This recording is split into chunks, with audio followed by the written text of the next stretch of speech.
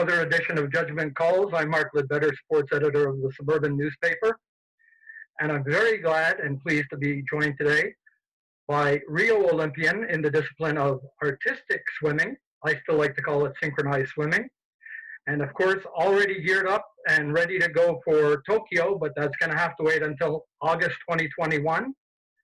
Jacqueline Simoneau, and welcome to the show, Jackie. Thanks for being here. Oh, thanks for having me. Well, you know, it's one thing I want to do right off the top. I know it's been a busy time, even though we're in this crazy pandemic situation, but it's been a busy time for you, and I'd like to congratulate you on quite a nice honor. Valedictorian for your graduating class at Vanier College. What's that feeling like? It's a huge honor. To be very honest, I wasn't expecting a nomination in the first place. I was just very pleased to graduate from Vanier and take all these experiences I've learned and bring that on to my next chapter of my life. But this was, again, a huge surprise, and I'm incredibly honored to be able to represent my classmates as valedictorian. And it also took discipline too, because as I understand, it took you a few years to get it done, given your commitment to your sport and that, and also the fact that you were in the human science division, I believe it was, studying health sciences, actually. Yeah. So what was that like to have that discipline? I think it's definitely something that comes as second nature for Olympic athletes. We're used to having a lot on our plate and giving our 100% every time that we're in something. So of course my hours were very, very limited. There were times where I would even train at the pool at the Olympic Stadium from 7 in the morning to 7 at night with a 2-hour break in the middle where I would eat lunch, see physio, and try and study in between, and then go to my night classes. And I would be in constant communication with the amazing teachers and administrators that we have at Vanier to be able to help accommodate me and help me pursue my studies, my health science studies at Vanier. So although it did take me 6 years, probably the equivalent of an educational marathon, I did make it to the finish line. And you're looking at the future going into medicine at McGill. I guess you could sort of draw from looking at Dr. Laurent Duvernay-Tardif and his commitment with what he reached and use that as a bit of an impetus to do your degree. Oh, well, certainly.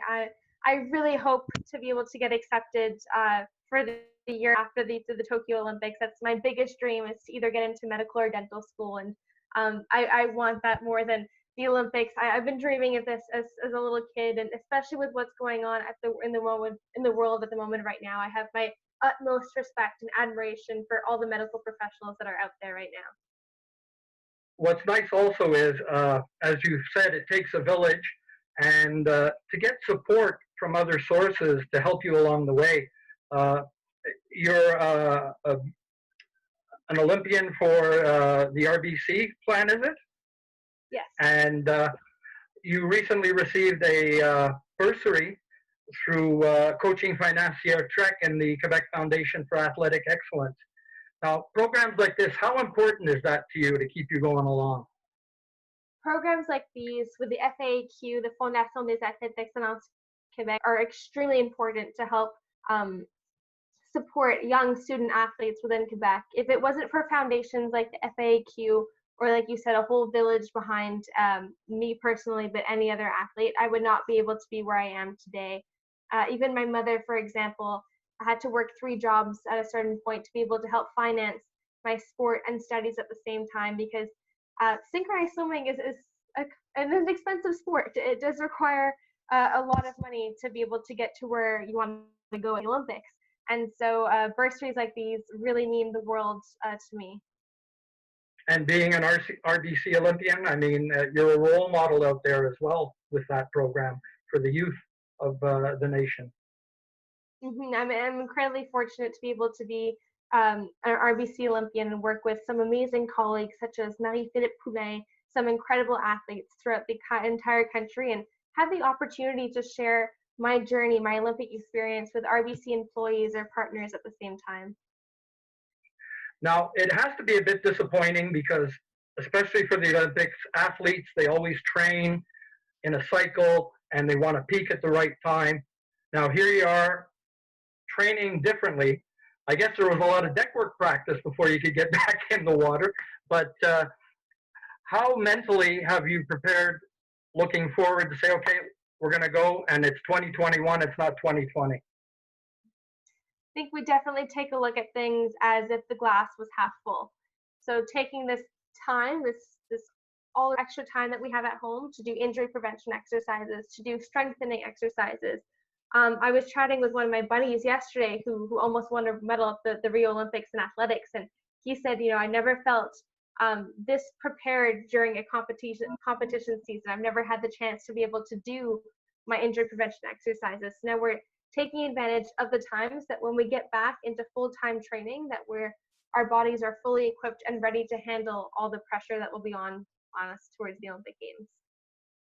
And I mean, hats off. People, I don't think, realize how difficult a sport synchronized swimming is, how much of a demand physically it takes. And I've always enjoyed covering it, not just from the fact of the beautiful routines, but of the athleticism of the athletes. What do you think you as an athlete would like to work on to be better prepared for 2021 in Tokyo? That's a fantastic question, especially with now the limitations that we have with regards to training and not having access to an Olympic-sized pool all the time. I've been reevaluating what I'd like to be able to focus on gearing up to the next Olympic Games, and something that I could actually control myself from at home is my flexibility and as well as my strength.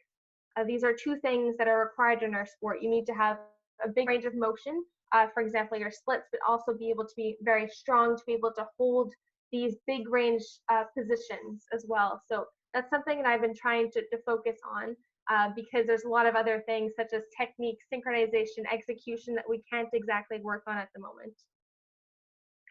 Also, you do a lot of speaking to other students, younger students. In closing, what would you say is the most important thing, whether they're a student athlete or just a student, at progressing and succeeding in school? What talent do they need to have the most? I think if anybody has that drive and that work ethic, anything that you set your mind to will come. Perhaps it's not the same route that you'd like to get there. All paths aren't exactly linear to get to your goal.